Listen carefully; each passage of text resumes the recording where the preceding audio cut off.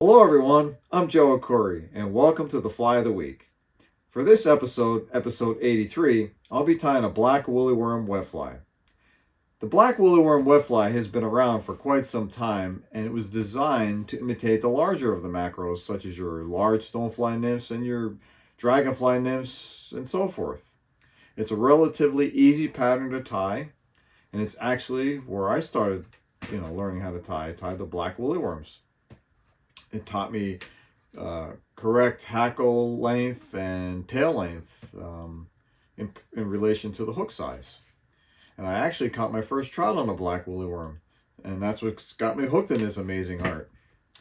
It's simple to fish. I typically just throw upstream and let it drift downstream, swing in the wet fly and hope for the best. Yeah. So yeah, it's a fun pattern to tie and it's a great starter fly. So, without further ado, let's get started. Here we go, the black woollyworm wet fly. Start by placing your hook in the vise, making sure that the shank of the hook is relatively parallel with your tabletop, and begin to cover the entire shank of the hook with thread. Wrap back to the sweet spot where the shank and the bend meet, and yep, right about there. Good. So, I've seen this woollyworm tied with yarn tail, or a red yarn tail like this, or just hackle fibers. I prefer the hackle fibers, so that's what we're going to do here. We're going to make our tail out of these red hackle fibers by drawing these fibers down until the fibers are perpendicular to the stem. And then using the tips of my fingers, I'm going to grab about a 1/2 inch worth. I'm going to grab the tips of the fibers and squeeze them really tight and pull away. And then I'm going to gently tap the ends that are pulled and then put my tail together like so. Okay, so now we have to put the correct length for the tail. So the tail is going to be equal to the shank of the hook, including the eye.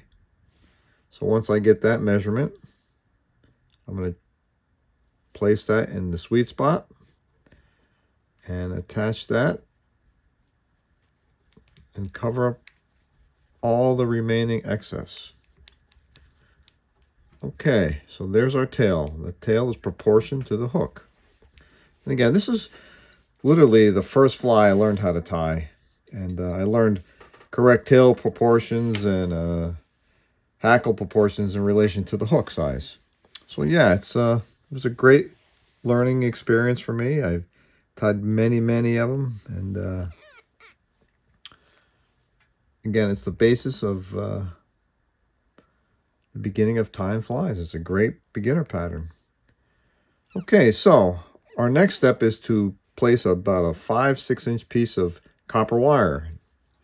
Now this copper wire is going to be used to hold down the hackle. Once I wrap the hackle, I like to interlace the copper wire with the hackle, and it makes the fly pretty much, indestructible. It's just another feature to make this fly even more durable. So now we have our tail, which is the length of the shank of the hook. We have our securing copper wire. And now for the body. The body is going to be made out of black chenille. I've also seen this exact fly tied with Peacock Hearl. So there's many variations to the black woollyworm. So yeah, this is the version I'm going to tie. And again, it just so happens I caught my first trout on this fly, this style, with the red hackle fiber tail, the black chenille body, and gosh, I've been hooked ever since in this amazing art of tying flies and fly fishing. So, peel away some of that black cotton of the chenille and to expose the core, and attach the core right to the shank. Okay. Work your thread up to approximately 1/8 of it or 1/16 of an inch from the eye, and begin to wrap your chenille body. Now I like to wrap the bodies, butting each wrap against the previous. It makes a really nice looking body, nice and relatively even.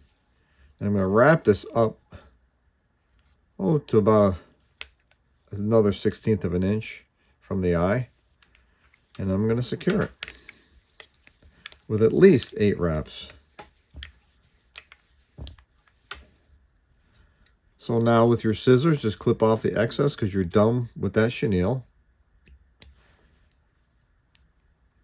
And then prepare for the wings. I'm sorry, the legs.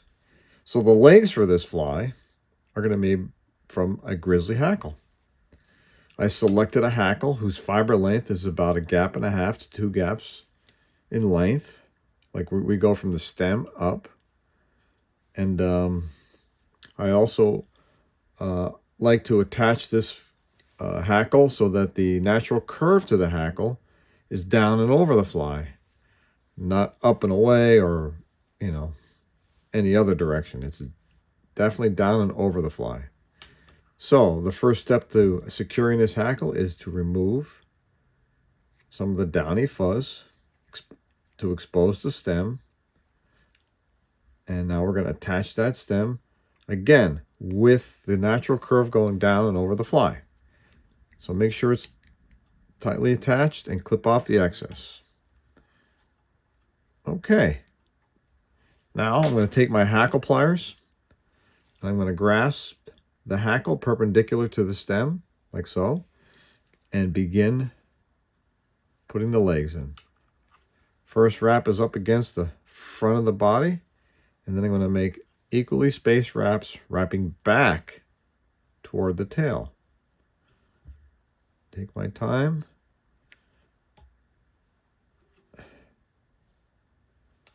Excellent. Now, I'm going to take that piece of copper wire and I'm going to wrap directly on top of the stem.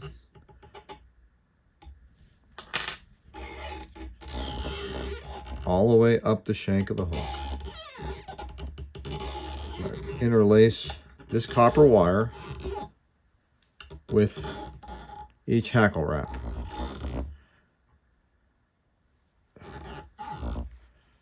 Looking great, guys. Just kind of weave it in there. And then secure the copper wire. I like to fold it over on itself so that it doesn't have a chance to slip. And then helicopter that wire off, like so. So this fly is pretty much done. I'm going to tie my finishing knot.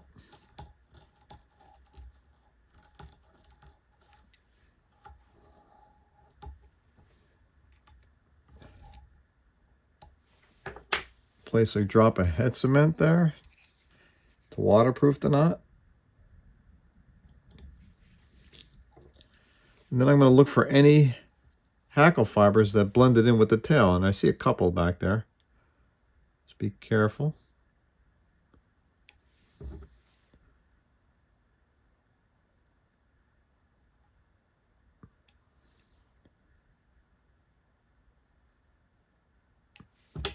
That's pretty close. Okay. So the black woolly worm is another good pattern. And it could be tied in a variety of colors. I've seen it in brown, yellow, olive, black, and so forth. It's a good, not only a good fly for trout, but also good for bass. And yeah, I mean, and bluegills.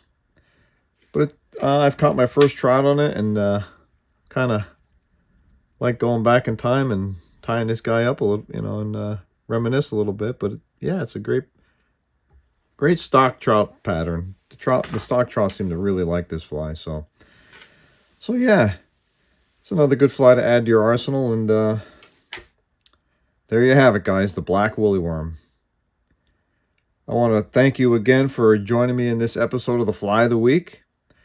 And if you like the content I'm pushing out, please hit the notification bell and be sure to subscribe. Tight lines, guys.